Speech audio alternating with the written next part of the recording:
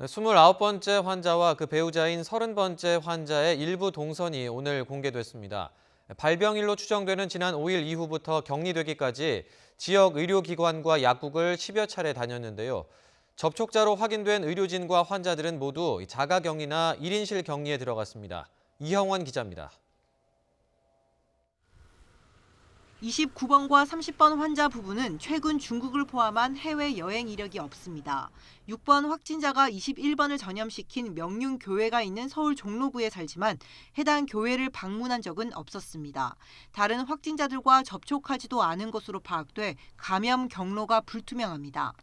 발병하시기 전에 한 2주 정도의 동선을 추가적으로 또 확인을 해서 그 만나셨던 분들이나 방문하셨던 장소에 해외여행을 다녀오셨거나 유증상자가 있는지에 대해서 조사가 계속. 지역사회 감염 우려가 커지는 가운데 병원 내 감염 가능성도 큰 상태입니다. 역학조사 결과 29번 환자 발병일은 마른 기침과 가래가 시작된 지난 5일로 이날부터 고대 안암 음압병동에 격리되기 전까지 동네 병원과 약국을 여러 차례 다녀간 것으로 드러났습니다. 특히 강북 서울외과의원은 6차례나 방문했습니다.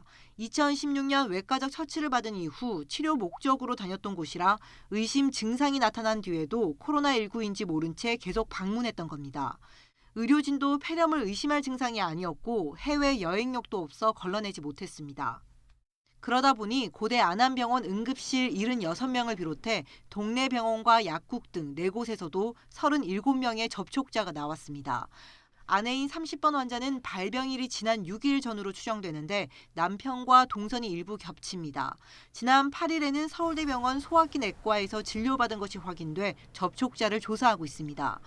한편 29번 환자가 복지관을 통해 혼자 사는 노인들에게 도시락 배달 봉사를 한 것으로 알려져 집단 감염에 대한 우려가 나왔지만 발병하기 전인 지난 1일부터 해당 시설이 휴관해 전파 위험성이 없는 것으로 확인됐습니다. YTN 이영훈입니다.